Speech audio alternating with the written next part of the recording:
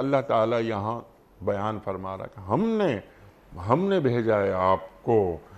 مخاطبت ہو رہی ہے سرکار دو عالم صلی اللہ علیہ وآلہ وسلم سے. اللہ کیا فرما رہا ہے؟ شاہد، مبشر، نذیر کسے کہتے ہیں؟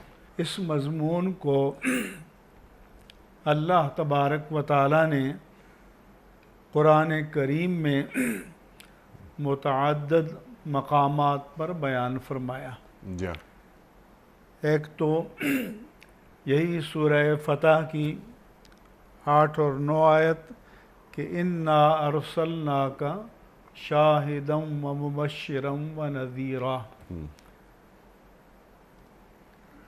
رسول اللہ صلی اللہ علیہ وآلہ وسلم کی 3 صفات بیان فرمائیں: شاہد، مبشر اور نذیر. ٹھیک.